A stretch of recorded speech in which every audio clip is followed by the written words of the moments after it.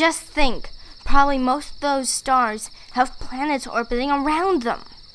We know many do, and we are discovering more and more all the time. The Kepler Space Telescope has found over 100 so far. Did you know that the Kepler Space Telescope is named after a very famous astronomer? Of course, Johannes Kepler.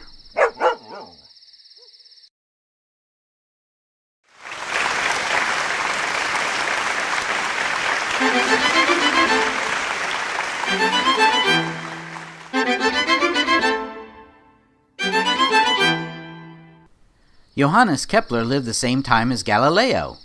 Remember how we pretended to be astronomers in the 1500s discussing Copernicus? Yeah, that was fun. Let's do that again, but this time we'll discuss Kepler.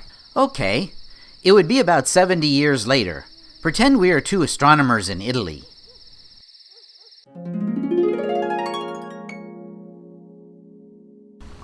Ciao, my friend. How are things with you?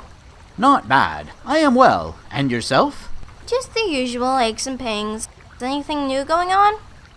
I have just read about some interesting new theories in astronomy. Oh, pray tell. What have you read? A couple of manuscripts have recently been circulating around Florence here, written by an astronomer over in Prague by the name of Johannes Kepler. In Prague, you say? I heard stories of an astronomer who moved there from Denmark at the end of the last century, Tycho Brahe. He had some interesting ideas about the movements of the heavenly bodies. Yes, Kepler was his assistant and took over for him after Tycho died. Pray, continue, man. What are these new theories you have read about? Well, as you know, there are various theories about the movements of the heavenly bodies. Over 1,000 years ago in Greece, Ptolemy devised the model of the universe, which is still commonly used today. The Earth is the center of the universe and does not move. The sun, moon, planets, and stars are in fixed spheres that rotate around the Earth. According to Aristotle, they must move in perfect circles, but if you observe them, they seem to move closer at times and further away at times, except for the stars. So Ptolemy created the model that shows they actually rotate around a point not centered on the Earth exactly, and the planets, which at times appear to move backwards in the sky, actually orbit in separate circles. The problem is that over the last 1,000 years, Arab astronomers have been observing that the planets do not hold true to Ptolemy's mathematical model over time.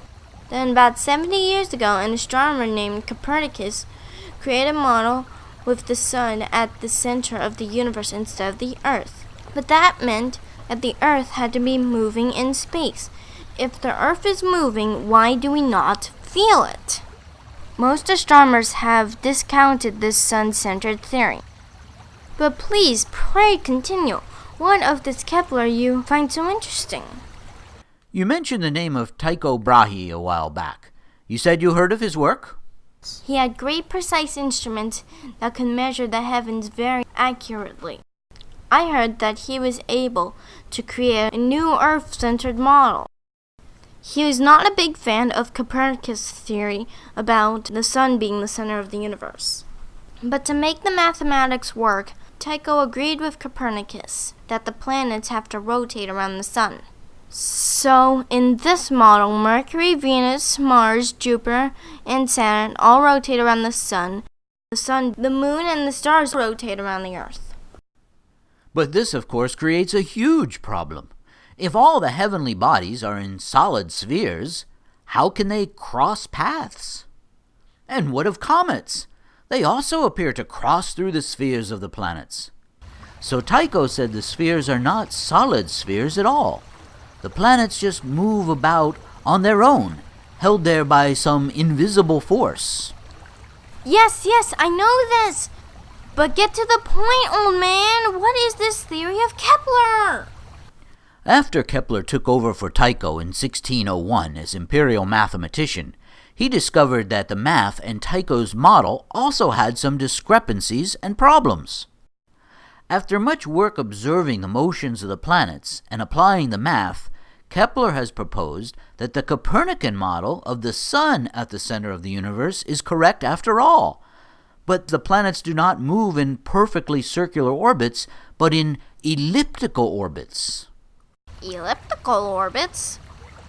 Yes, and at times the planets are closer to the Sun in their orbit, and other times farther away.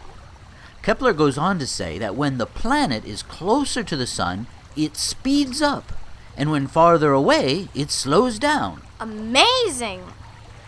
Kepler has now been using that newfangled eyepiece instrument, the telescope, that Galileo has been using here in Italy. Kepler has confirmed Galileo's observations of moons around Jupiter. This is so exciting! You know what this means for astronomy? With these new ideas and a telescope, we will be able to see things and discover things that are today unknown to us. You know, you and I may even discover something ourselves. I have to read this book. What is it called? It's called Astronomia Nova. This is the start of a new age, my friend, an exciting and wondrous age.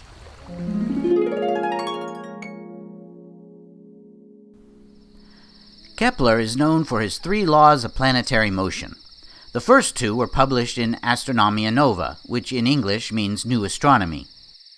The first law states that planets move around the Sun in ellipses, with the Sun at one focus. The second law states that the line that connects the planet to the Sun sweeps out equal areas in equal times. Basically, this is saying that if you compute the area from 2 points on the ellipse, then do it in another section, keeping the area the same, the time the planet moves from those 2 points will be the same. Kepler did not know the laws of gravity, which can easily explain this, but he knew it to be true. Today, we know the gravity of the Sun is the cause. As the planet moves farther away, it begins to slow and lose momentum, then comes back around and at the closest point to the Sun picks up speed from the Sun's gravity in what is called a slingshot effect. We use this knowledge today to increase the speed of spacecraft traveling to distant planets, getting boosts by slingshotting around other planets. Kepler's third law was published in a later book, Harmony of the World, in 1619. It states the square of the orbital periods of the planets around the Sun are proportional to the cube of the orbital semi-major axis. The semi-major axis is the average distance from the Sun. It is usually written p squared equals a cubed. P is the time for the planet to orbit the Sun, measured in Earth years, and a is the planet's average distance from the Sun, measured in astronomical units. Let's do this for Jupiter. Jupiter is at an average of 778,570,000 kilometers from the Sun. This is 5.2 times the Earth's average distance, so Jupiter is 5.2 astronomical units from the Sun. So the equation is p squared equals 5.2 cubed. Solve for p, and you get 11.862. So it takes Jupiter almost 12 Earth years to orbit the Sun. Today, we use this for all sorts of computations, including figuring out flights of spacecraft and satellites and measuring orbits of comets. Kepler did not know how gravity worked when he came up with his 3 laws. That was done by Isaac Newton. Hey, Herc, how about we get back to stargazing now? What do you want to look at next? Let me check the star map and see what is up tonight. Until next time, everybody. Happy stargazing!